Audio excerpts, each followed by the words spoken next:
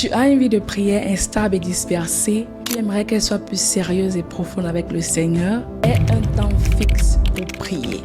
Oui, parce que choisis un moment dans la matinée ou dans l'après-midi. Aide ton corps et ton esprit à prendre du temps pour prier. Au début, ce sera difficile, mais avec le temps, ça deviendra plus naturel. Même 10 à 15 minutes par jour, bien utilisées, valent mieux qu'une longue prière irrégulière. Voilà pourquoi la Bible déclare dans Matthieu 6, verset 6, « Mais toi, quand tu pries, entre dans ta chambre. » Parce que pour Dieu, ce n'est pas toujours le nombre de temps qu'il faut prier. Je ne dis pas que de longues prières ne sont pas importantes, mais je dis que 10 ou 15 minutes bien utilisées valent mieux qu'une prière irrégulière. Tu pries après un mois, tu pries après une semaine. Commence par adorer Dieu. Ne viens pas directement avec une liste de demandes. Prends quelques minutes pour reconnaître la grandeur de Dieu, sa bonté, sa fidélité, sa puissance. En faisant cela, ça change complètement ton attitude. Parce que c'est d'abord Dieu que tu mets en lumière et non la liste de tes problèmes. Sois sincère et simple. Ne viens pas avec une liste de gros vocabulaire devant Dieu. Sois simple, direct. Présente à Dieu tes peurs, tes faiblesses, tes luttes de tous les jours. La prière authentique touche plus le cœur de Dieu que de longs discours. Persévère même sans rien ressentir. C'est dur. Je sais. Il y aura des moments où tu n'as même pas envie de prier. Ou alors même quand tu prieras, tu ne ressentiras rien. C'est normal. La stabilité d'une vie de prière constante se construit justement dans ces moments-là. Ces moments où parfois tout est flou, mais tu continues à persévérer, même quand tu ne ressens rien. Dans 1 Thessaloniciens 5, verset 17, la Bible dit « Priez sans cesse ». Dieu savait qu'il y a des moments où tu ne ressentiras rien. Moi également, il m'arrive. Ou des moments où je prie à Dieu, je dis à Dieu que là où je suis là, non. Ça ne donne pas. Je prie parce que tu es Dieu. Je prie parce que j'ai confiance en toi. Sinon, là, ce que je ressens là, ça ne donne pas.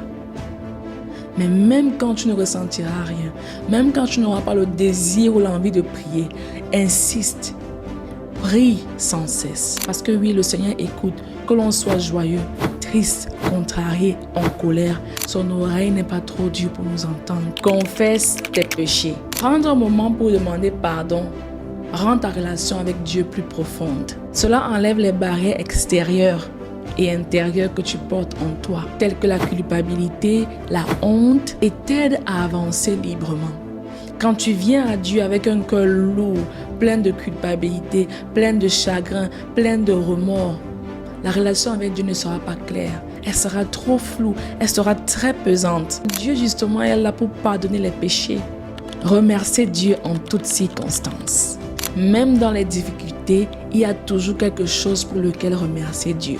Parce que la reconnaissance change ton regard. Tu passes du manque à la confiance. Développer la reconnaissance quotidienne envers le Seigneur nourrit justement ta vie spirituelle. Parce que oui, tu diras au Seigneur, je ne suis pas juste reconnaissante pour de bonnes choses. Même dans les difficultés, même dans les moments de trouble, même dans les moments de confusion, je suis reconnaissant. Écris tes prières. Je te parle en connaissance de cause. J'ai pratiquement 4 à 5 journaux de prière. Parce que parfois on peut prier, on oublie. Mais si tu écris ta prière, tu reviendras dire au Seigneur, Seigneur, je t'avais prié pour ceci en telle année et tu as exaucé. Et pour les prières qui ne sont pas encore exaucées, crois que le Seigneur justement va les exaucer parce qu'il va le faire. Il y a pratiquement 9 ou 10 ans en arrière, je priais pour certaines choses.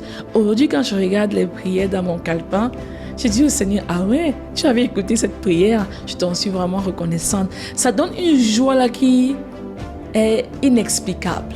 Ça ne veut pas dire que si tu n'écris pas tes prières, il y a un problème. Mais ce que je veux dire, c'est que garder l'historique, parce que parfois on prie, on oublie. Mais si tu écris la prière, quand Dieu va exaucer, tu reviendras et tu verras ça, tu vas dire, oups, c'est déjà un souvenir. Tu vas glorifier le nom du Seigneur pour cela.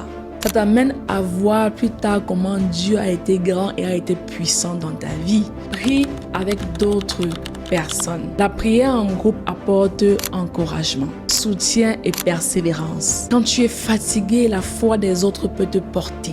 La Bible dit dans Matthieu 18, verset 20, là où 2 ou 3 sont rassemblés, tu es au milieu d'eux. Parce que oui, Dieu est au milieu de ceux-là qui se rassemblent pour prier les uns pour les autres, pour se soutenir les uns aux autres. Dépendre du Saint-Esprit. Tu n'auras pas toujours les mots justes et c'est normal.